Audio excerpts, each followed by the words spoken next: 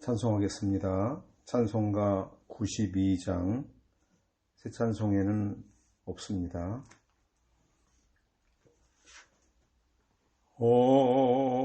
어둠의 권세에서 인생을 건지신 주, 길 잃고 헤매이던 우리의 빛이시라.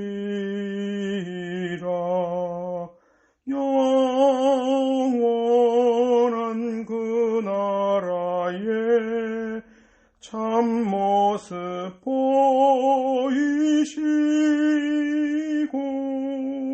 그 얼굴 밝은 광채 우리 길 비추인다.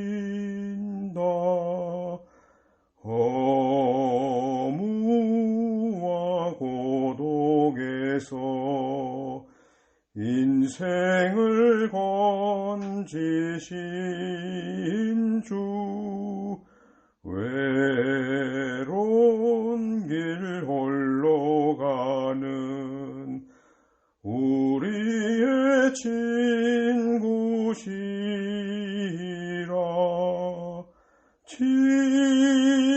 진리의 험한 곡에 싸우며 넘어가는 성도의 발걸음에 구세님 주시도다. 온 세상 모든 만물 지으신 영광의 주, 참 생명 주시려고 세상에 오셨도다.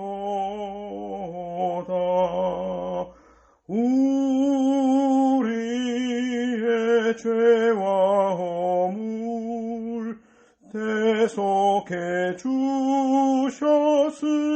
주셨으니 영원히 찬양 드릴 우리의 주시로다.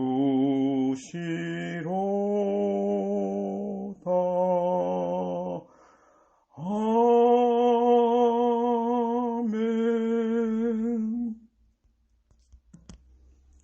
기도하겠습니다. 생명이 근원이시며 영원한 복락을 베푸시는 하나님 아버지, 은혜와 사랑을 감사합니다. 우리를 죄와 사망 가운데서 건져주시고 하나님의 자녀 삼아주시고 그 나라 백성 삼아주셔서 이 땅에서도 천국 생활하게 해주시고 영원한 하나님 나라에 들어가서 주님 만날 소망을 가지게 해주신 거 감사합니다. 지난 한 주간 동안도 우리의 생각과 말과 행동으로 주님의 마음을 아프게 해드린 거 다 용서해 주시옵소서. 그리스도인으로서 가져야 할 진실함과 경건함과 의로움과 사랑스러움과 칭찬받을 만한 덕을 세우지 못한 거 용서하여 주시고 주님께 듣고 배운 것들 잘 새겨서 순종함으로 항상 평강 가운데 거하는 우리 모두가 되게 하여 주옵소서. 이 시간 부족한 종을 설교자로 세워서 하나님의 말씀을 증거하게 하셨사오니 감사합니다. 준비한 말씀들을 증거할 때 말씀에 붙잡히게 하여 주시옵고 하나님의 은혜와 능력이 펴지는 복된 시간이 되게 하여 주옵소서. 예수님의 이름으로 기도드립니다. 아멘.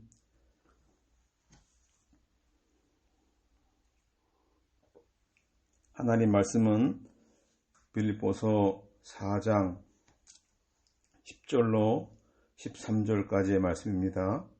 제가 봉독하겠습니다. 내가 주님을 크게 기뻐하니 이는 너희가 나를 생각하는 마음이 이제 다시 일어났기 때문이다. 이에 대해 너희가 생각은 하였으나 기회가 없었다. 내가 이것을 말하는 것은 궁핍하기 때문이 아니다. 나는 내가 처한 상황에서 자족하는 법을 배웠다. 나는 비천에 처할 줄도 알고 풍부에 처할 줄도 안다. 나는 배부름이나 배고픔이나 풍부나 궁핍이나 모든 형편에 처하는 비결을 배웠다. 내게 능력 주시는 분 안에서 내가 모든 것을 할 수 있다. 아멘. 오늘 본 말씀 빌립보서 4장 10절로 13절까지의 말씀을 중심으로 자족신앙의 비결이라는 제목으로 진리를 증거하겠습니다. 많은 은혜 받으시기 바랍니다. 바울 사도가 빌립보 교회 성도들에게 마지막 권면의 말씀을 마치고 나서 편지를 마무리하기 전에 이 바울 사도가 빌립보 성도들에게 참으로 나는 기쁨에 처해 있다. 그리고 내가 왜 그런 기쁨에 처해 있는가? 그런 기쁨이 충만한가? 이런 것들을 말씀을 하고 있고요. 이 바울 사도의 신앙 정신이 무엇인가? 이게 바로 자족신앙인데요. 오늘 우리는 이 바울 사도의 신앙관, 이 자족신앙을 통해서 우리 자신을 돌아보고 우리가 부족함이 어떤 것인가, 또 어떻게 해야 기쁨이 충만한 삶을 살 수 있는가, 어떻게 해야 어떤 형편에서도 만족할 수 있는가 하는 이 진리들에 대해서 깨닫고 은혜 받는 시간이 되기를 바랍니다. 바울 사도는 이 본문의 10절에 보니까요, 내가 주님을 크게 기뻐하니 그랬습니다. 바울 사도는 이 빌립보서를 쓸 때 기뻐하라라고 하는 말을 계속 반복을 했는데 이 마지막 부분에서 이 편지를 마무리하면서 첫 번째 하는 이야기가 나는 기쁘다, 그것도 크게 기쁘다, 그렇게 고백을 하고 있습니다. 그러면서 기뻐하는 이유가 뭔가? 이는 왜냐하면 너희가 나를 생각하는 마음이 이제 다시 일어났기 때문이다. 이에 대해 너희가 생각은 하였으나 기회가 없었다. 지금 바울 사도가 지금 기뻐할 만한 상황인가요? 감옥에 갇혀 있지 않습니까? 감옥은 춥고 배고프고 두려운 곳입니다. 사형 선고 내려질 날만 기다리는 신세인데요. 기뻐하고 있다니요. 바울 사도는 기뻐한다는 그 이유를 이 빌립보 교인들을 생각할 때 기뻤다, 이렇게 말을 하는 거예요.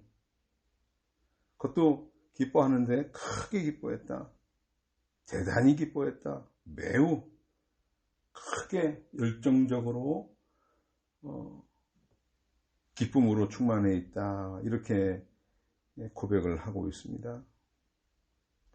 이 바울 사도는 이 빌립보서 편지를 처음 쓸 때 이미 바울 사도가 기쁜 이유, 감사하는 이유가 뭔지를 여기 1장 4절과 5절에 항상 너희 모두를 위해 기도할 때마다 기쁨으로 간구하는 것은 너희가 첫날부터 지금까지 복음에 동참해 왔기 때문이다, 이렇게 기록을 했죠. 바울 사도가 그 빌립보 교회 성도들에게 아주 큰 사랑, 풍족한 사랑을 받았습니다. 이게 돈을 많이 받아서 풍족하게 되었다고 하는 게 아니고, 그래서 기쁜 게 아니고 복음에 동참해 왔기 때문이다.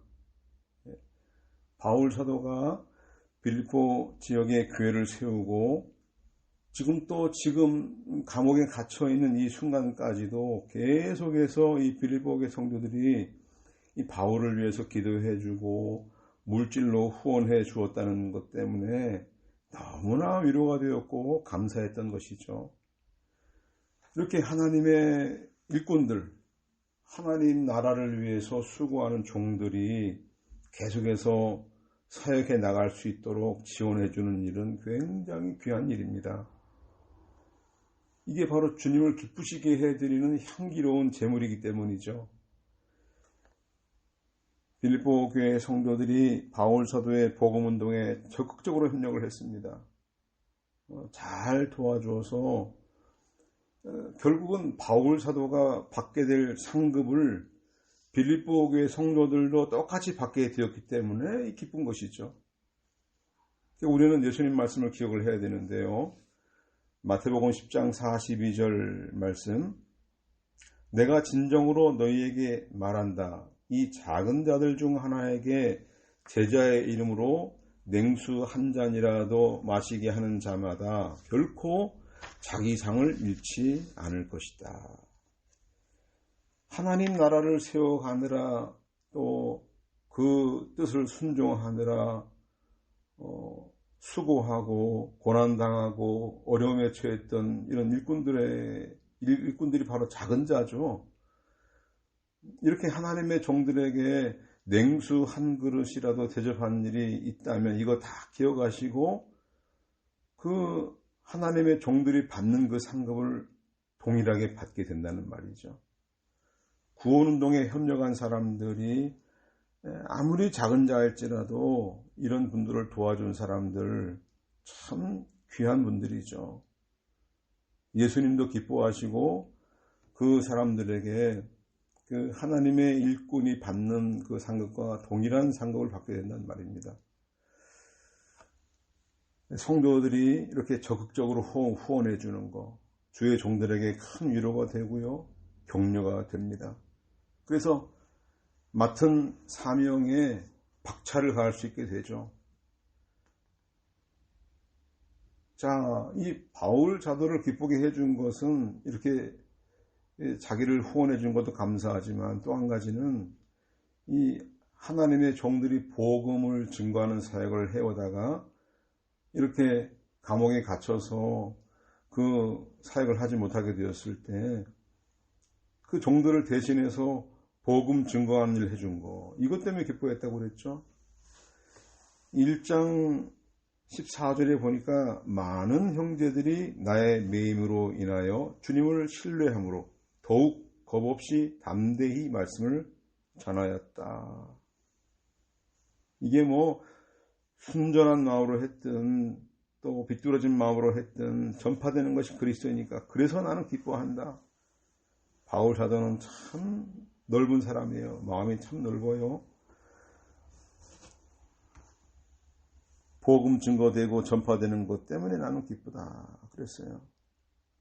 이렇게 어려운 일을 당할 때 교인들이 나서서 목사님의 사역을 이렇게 협력하기 위해서 애쓰는 거, 이거 참 교육자들이 생각할 때 기쁜 일이 아닐 수 없습니다.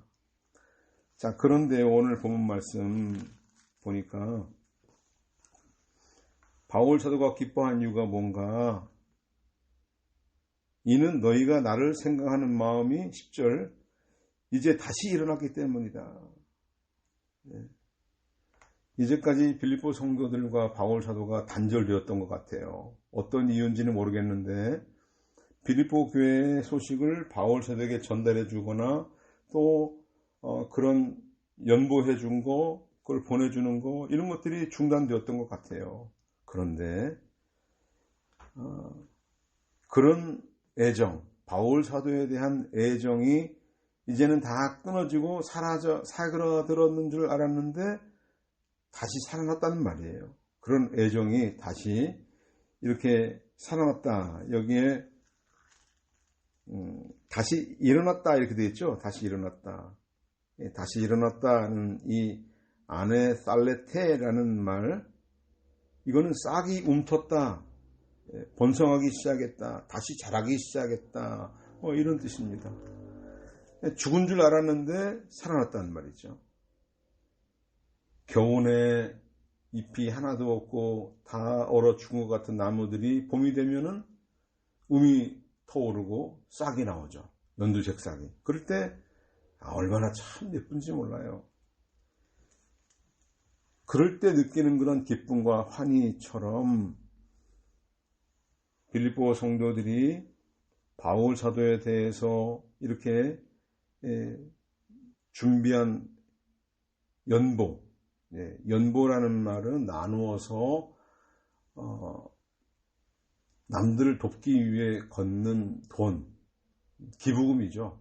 그게 연보라는 말이에요. 요즘에는 헌금이라는 말을 많이 쓰는데 속죄의 제물로서 하나님께 바치는 돈은 헌금이라고 표현할 수 있고, 구제하기 위해서 돕기 위해서 내는 돈은 연보라고 표현할 수가 있는 것이죠. 그러니까 사실 연보라는 말은 상당히 좋은 의미를 가지고 있는데요. 바울 사도를 돕기 위해서 연보를 모아서 이 에바브로 디도 편에 보냈단 말이죠. 그럴 때 빌립보 교회 성도들이 바울 사도를 여전히 사랑하고 있었구나. 그 사랑이 다시 나타났기 때문에 기뻐했던 것이에요. 자, 그리고 두 번째는 이 바울 사도가 여기 기뻐한 거, 주 안에서 기뻐했다 그랬어요. 우리 바른 성경 번역은 주님을 크게 기뻐했다 했는데, 이 엔퀴리오, 주님 안에서 기뻐했다, 이렇게 이 원문은 되어 있습니다. 그러니까 빌립보 교회 성도들이 준비한 연보, 이런 기부금, 후원금을 보내주어서 기뻐했다는 것보다는 주 안에서 크게 기뻐했다 그랬어요. 주 안에서. 빌립보 교회 성도들이 바울 사도에게 이렇게 다시 길을 찾다가 에바브로디도 편에 바울에게 협력하기 위해서 이렇게 사람을 보내어서 격려하고 위로하게 한 그분이 누군가? 바로 주님이시다.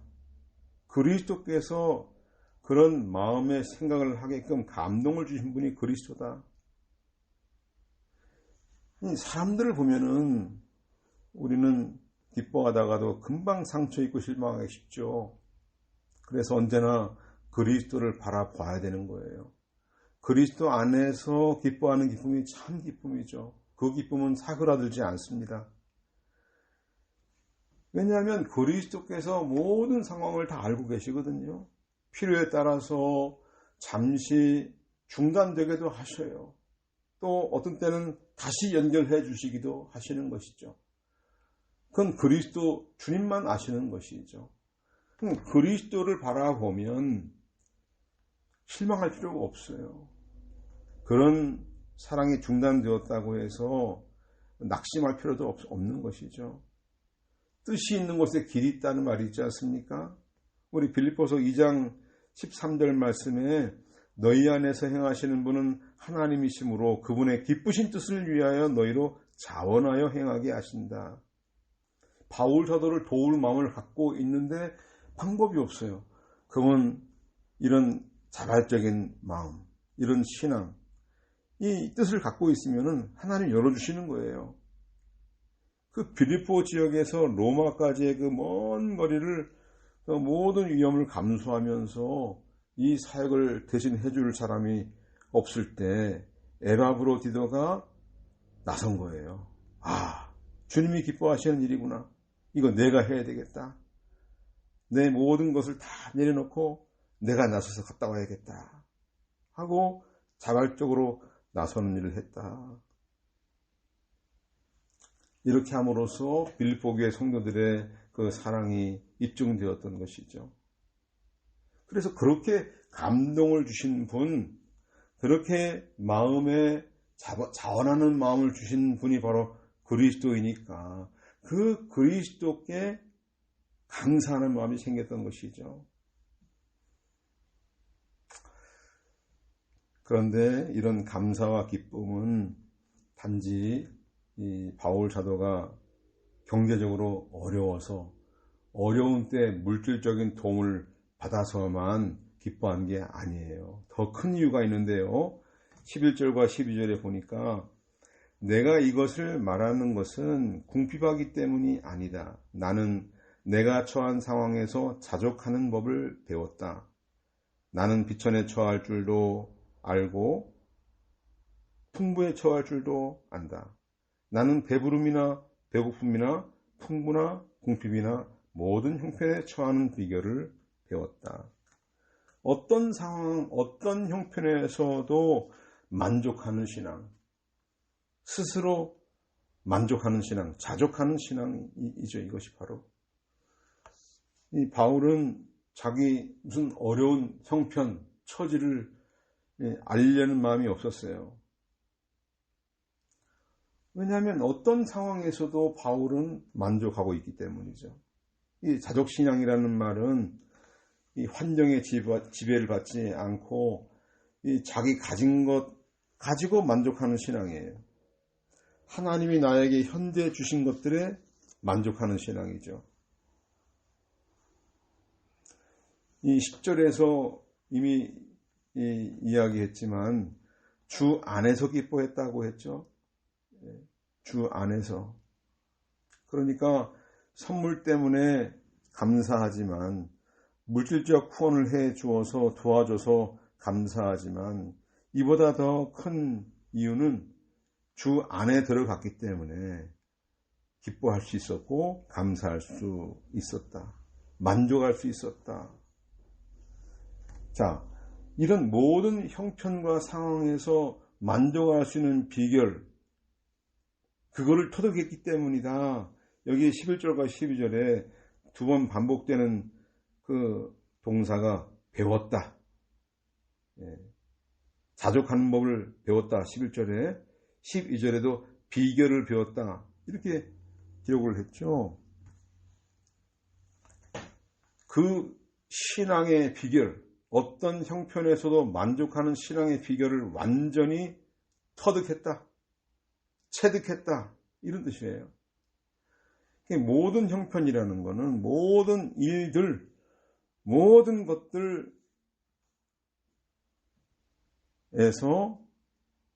만족한다. 비천한 환경, 굶주리고 물질적인 어려움 이런 거에 처해도 낙심하지 않고 또 풍부하고 배불러도 가진 것이 많아져도 자만하지 않고 교만하지 않고 타락의 길로 가지 않고 적절하게 처신하는 법을 터득했다. 이런 말이죠. 그러니까 이 바울 사도가 이 신앙의 길을 걸어가는데 바울을 넘어뜨리려고 하는 그런 물질적 풍요로움 또 가난함 이런 환경 때문에 낙심하거나 절망해가지고 신앙의 길을 가는데 방해가 되지 않았다는 말이에요. 그런 것들이 나에게 아무런 영향을 끼치지 못했다 이런 뜻이죠. 자, 어떻게 이것이 가능할까요? 13절 말씀 보겠습니다. 내게 능력 주시는 분 안에서 내가 모든 것을 할 수 있다. 바로 이것이 비결이에요. 모든 형편에 처하는 비결, 모든 일들, 모든 것들에 만족할 수 있는, 자족할 수 있는 비결. 여기 내게 능력 주시는 분 안에서 그랬어요. 마찬가지 주 안에서죠. 그리스도 안에 들어갈 때 그 비결을 배우게 되었다는 거예요. 그리스도께로부터 그 비결을 전수받았다. 어떤 세상의 철학 사상이나 어떤 기술을 가지고 배운 게 아니고 요가도 배우고 무술도 배우고 무슨 운동도 많이 하죠. 그런 인간적 육체적 능력이나 의지로 되는 게 아니고 내게 능력 주시는 분, 나로 하여금 능력 있게 하시는 주님. 여기 능력을 주신다는 말은 이런 환경에 적응할 수 있는 또 만족할 수 있는 그런 힘, 살아갈 능력, 도저히 내가 견딜 수 없는 상황에서 견딜 수 있게 나를 하여금 강하게 해주시는 그분의 능력. 그러니까 나에게 생명을 주신 분 아닙니까? 우리 모두가 생명을 하나님께로 받았고 그리스도로부터 받은 거예요. 그리스도의 생명이 우리 안에 있기 때문에 그 생명이 살아가도록 활력을 공급해 주시고 또 그 생명이 잠들지 않도록 일깨워 주시고 모든 것을 헤쳐나갈 수 있게 해주시는 분 바로 그리스도. 그분을 집중하고 그분을 바라볼 때 이런 비결을 체득하게 되었다. 자, 주님의 능력을 받으려면 어떻게 해야 될까요? 13절 내게 능력 주시는 분 안에서 그분 안에 들어갈 때에 이렇게 강해지는 활력이 넘치게 하는 모든 것을 이길 수 있고 적응할 수 있고 만족할 수 있는 능력이 내게 와서 머물게 된다는 말이에요. 그분 안에 들어갈 때 우리는 주변에 얼마나 일이 많습니까? 사건, 사고. 참 이 세상을 바라보면요, 거기에서는 아무것도 얻을 게 없어요. 거기는 절망밖에 없습니다. 슬픔, 고통, 괴로움, 이것뿐이에요. 여기 이 능력 주신 분 안에서 얻어지는 이 비결은요, 어떤 초월적인 힘을 가진다는 게 아니에요. 내가 아무것도 안 하고 있는데 그냥 주어지는 것도 아니에요. 어떤 환경에서 기뻐할 수 있고 만족할 수 있는 이런 비결, 참 너무나 궁금하지 않습니까? 그리스도 안에 들어간다는 것만으로도 참 이해가 안 돼요. 그래서 우리는요, 3장 10절 말씀 다시 한번 보겠습니다. 3장 10절 말씀. 여기에 있어요. 나는 그리스도와 그분의 부활의 능력과 그분의 고난에 참여하는 것을 알고자 하여 그분의 죽으심을 본받아 어떻게 해서든지 죽은 자들 가운데서 부활에 이르고자 한다. 그리스도가 이 능력을 베푸시는 그 원천인데요. 모든 상황 형편에 만족할 수 있는 비결의 원천인데요. 바로 그 그리스도께서 모든 것을 채워주시는 지혜와 능력과 담대함의 원천이라는 것을 깨닫고 그분을 바라보고 그 과거에 좋던 것들, 권세와 물질, 지식들 이런 거 숭상하지 않고 다 내던지고 배설물처럼 우리가 참 어려울 때 어떻게 할까요? 청와대에 아는 사람 한 사람 있으면 참 든든하지 않겠습니까?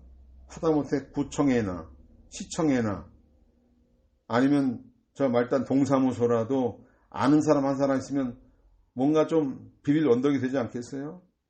근데 바울사도는 그런 것들, 그런 방식을 추구하지 않았다. 그거 의지하지 않았다. 그런 것들을 모두가 다 배설물처럼 여기고 그리스도를 위해 모든 것을 잃어버리고 여기 3장 8절에 그랬잖아요. 예수님 아는 지식이 가장 고상하니까 그분 때문에 그분 얻기 위해서 모든 거 다 잃어버리고 배설물로 여기고 그리스도를 따라가는데 방해가 될 만한 것들은 다 내던져 버렸다 이거예요. 그분 한 분 얻고자 그분 안에 들어가서 내가 행한 의로운 행실들을 의지하지 않고 내 방식 고집하지 않고 그리스도를 믿는 믿음으로 의롭게 된 것, 이 믿음, 그리스도와 또 그분의 부활의 능력과 그분의 고난에 참여하는 것을 알고자 애쓰는 가운데 이렇게 모든 환경에 적응하고 만족하신 비결을 전수받고 체득하게 되었다. 터득하게 되었다. 이런 말이죠. 그러니까 그리스도 안에서 이와 같이 한 거예요. 바울 사도의 신앙 정신은 바로 여기에서 나온 것이죠. 모든 것을 해로 여기고 그리스도 한 분 얻기를 가장 소망을 하고 그분 안에서 내가 받은 그 의롭게 된 것 이 은혜를 발견하고 이렇게 애쓰니까 여기에서 그리스도께로부터 이 능력을 제공받았다. 그러니까요, 어떠한 고난도 감수하게 되었고요. 비천과 궁핍과 부요와 배부름에 적절하게 대처하고 흔들리지 않는 믿음을 소유하게 되었다는 말이죠. 이 바울 사도가 그랬지 않습니까? 고린도후서에서 사방에서 억눌림을 당하고 답답한 일을 당하고 박해를 받고 버림받고 무시당하고 넘어뜨리려고 할 때 속상해할 필요가 없는 것이죠. 거기서 사람을 의지하지 말고 어떤 세상의 방법을 찾으려고 하지 말고 뇌 수단을 쓰지 말고 싸워보려고 하지 말고 누구만 바라보라고요? 그리스도 한 분만 바라보아라. 사람 바라보면은, 세상 바라보면은요, 거긴 답이 없어요. 실망과 낙심과 절망과 슬픔과 고통과 괴로움과 우수, 사려, 근심 이런 것들만 나오니까 거기에 마음을 빼앗기지 마라 하는 것이죠. 우리가 어려움이 올 때 교통사고를 당하든 질병에 걸려서 병원에 누워있든 긴급한 상황이 되어서 참 연약해진 상태가 될 때 어떻습니까? 살아갈 힘이 없지 않습니까? 굉장히 약해져요. 이때 우리가 기억할 말씀이 있습니다. 고린도후서 12장 10절 그러므로 나는 그리스도를 위하여 약한 것과 모욕과 궁핍과 박해와 곤경을 기뻐하니 내가 약한 그때에 강하기 때문이다. 바울 사도가 육체의 가시, 사탄의 사자 때문에 이거 떠나게 해달라고 3번 간구했죠. 그때 주님이 뭐라고 응답했습니까? 아마 사람들은 이 육체의 가시, 사탄의 가시가 무슨 간질일 것이다, 안질환일 것이다, 육체 질병으로 추측을 많이 합니다. 그 말이 틀린 건 아니죠. 이 갈라디아 14장 15절에도 너희가 할 수만 있었다면 너희의 눈이라도 빼어 나에게 주었을 것이다. 안질환이 있어서 이 눈병 때문에 고통스러워하는 바울 사도를 위해서 눈이라도 빼줄 정도의 그런 애정을 가진 갈라디아 교인들이 아니었습니까? 하지만 여기서 말하는 육신의 가시, 사탄의 사자, 이게 배고픔일 수 있고 또 궁핍일 수 있고 가난일 수도 있고 배부름일 수 있어요. 어쨌든 나로 하여금 신앙의 길을 가는데 방해를 내는 세력들, 방해 노릇하는 세력들, 내 아내가 될 수 있고 내 남편이 될 수 있고 내 자식이 될 수 있고 내 무능함이 될 수도 있습니다. 어떤 외부 세력일 수도 있고요. 이런 것들을 허락하신 이유는 뭐라고 했습니까? 고린도후서 12장 9절에서 내 은혜가 내게 족하다. 내 능력이 약한 데서 온전해지기 때문이다. 그러므로 나는 오히려 나의 여러 약한 것에 대하여 크게 기뻐하며 자랑할 것이니 이는 그리스도의 능력이 내 위에 머물게 하려는 것이다. 내 은혜가 내게 족하다. 어떤 은혜입니까? 다메섹 도상에서 예수님 만난 거, 또 이 바울 사도 자신의 정체가 얼마나 흉측한가 깨닫게 해주신 거, 예수님 만나 구원받고 하나님 자녀가 되고 이방인의 사도가 된 거, 이 그리스도를 깨닫고 복음의 전파자가 된 것만으로도 만족해라. 이게 바로 바울에게 주어진 최고의 은혜이고 그것으로 충분히 만족할 수 있는 은혜다. 이렇게 답변을 주셨죠. 우리로 하여금 약한 상황으로 이끄시는 이유가 뭐라고 그랬습니까? 교만하지 않게 하려고. 또 한 가지는 그리스도의 능력이 내 위에 머물게 하시려고. 내가 강하면 내가 나타나죠.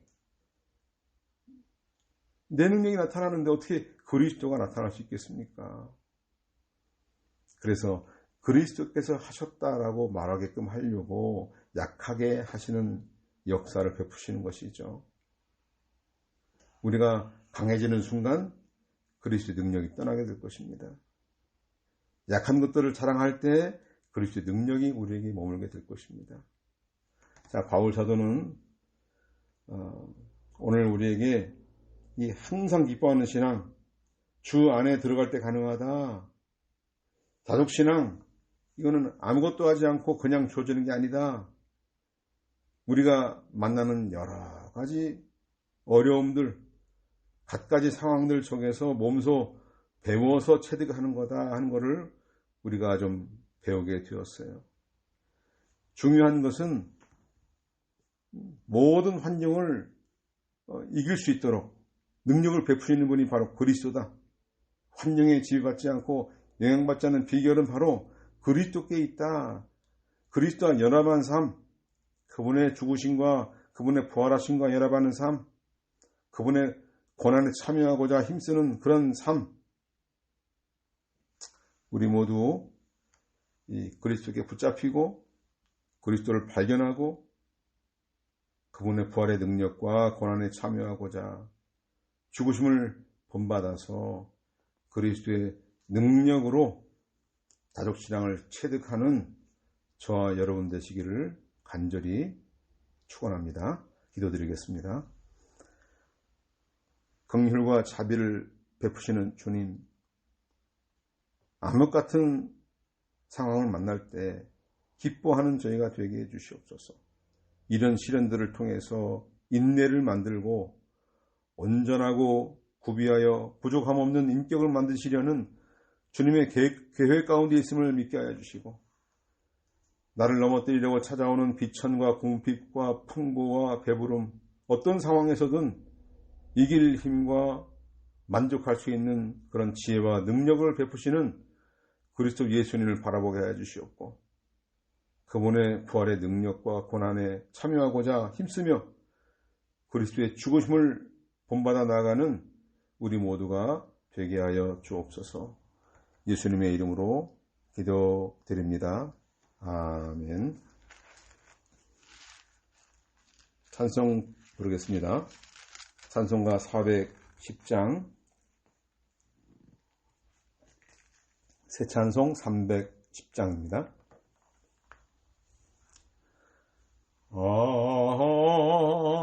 하나님의 은혜로 있을 데 없는 자, 왜 구속하여 주는지 난 알 수 없도다. 내가 믿고 또 의지함은 내 모든 형편 잘 아는 주님, 늘 돌보아 주실 것을 나는 확실히 아네. 왜 내게 굳센 믿음과 또 복음 주셔서 내 마음이 항상 편한지 난 알 수 없도다. 내가 믿고 또 의지함은 내 모든 형편 잘 아는 주님, 늘 돌보아 주실 것을 나는 확실히 아네. 왜 내게 성령 주셔서 내 마음을 감동해. 주 예수 믿게 하는지 난 알 수 없도다. 내가 믿고 또 의지함은 내 모든 형편 잘 아는 주,